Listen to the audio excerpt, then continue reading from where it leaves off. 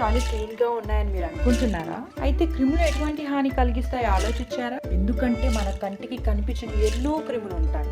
వాటి బారి నుండి మిమ్మల్ని మీరు కాపాడాలన్నా, మీ టాయిలెట్ శుభ్రంగా ఉండాలి అన్నా ఇప్పుడే వాడండి న్యూ ఫ్రెష్ టచ్ వారి సరికొత్త టాయిలెట్ క్లీనర్. ఇప్పుడు మీ ఆరోగ్యం మీ చేతిలో.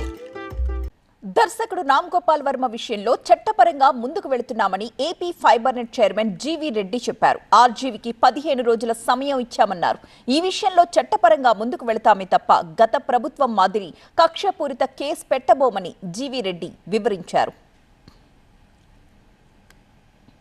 మా పొలిటికల్ గవర్నెన్స్ ఒకటి పాయింట్ నెంబర్ 1 మా ముఖ్యమంత్రి గారు క్లియర్ చెబుతున్నారు. మనం ఎక్కడ కూడా కక్షపూరిత రాజకీయాలు చేయొద్దు, 1-2 సార్లు అవకాశం ఇమ్మంటున్నారు. ఇప్పుడు మేము ఎవరి మీద లాస్ట్ టైం గవర్నమెంట్ మాదిరి గోడలు దూకో లేకపోతే ఎఫ్ఐఆర్ల పేరు లేకపోయినా కూడా ముందు అరెస్ట్ చేసి ఎఫ్ఐఆర్ల పేరు పెట్టాలో గోడలు దూకి అర్ధరాత్రులు పోయి మేము అరెస్ట్ చేయట్లేదు. మేము ప్రాపర్గా నోటీసులు ఇస్తున్నాము, సమాధానం చెప్పంటున్నాము, వాళ్ళు కోర్టుకు వెళ్ళడానికి కూడా అవకాశం ఇస్తున్నాము. సో అవంతా ఎగ్జాస్ట్ అయిన తర్వాత మేము చర్యలు చేస్తున్నాం తప్పితే ఎక్కడ కక్షపూరితంగా ఎక్కడ ఏ రోజు వెళ్ళట్లేదు. వెళ్ళొద్దు అన్నదే మాకు వచ్చిన డైరెక్షన్స్. అది నా డిపార్ట్మెంట్కనే కాదు, ప్రతి చోట కూడా అలాంటి డైరెక్షన్స్ ఉన్నాయి. అందుకని చెప్పేసి మేము యాంపిల్ టైం ఇస్తున్నాము. వాళ్ళకై వాళ్ళు వచ్చి తప్పు తెలుసుకొని తప్పు చేశారు, వచ్చి ఇస్తే బాగుంటుంది.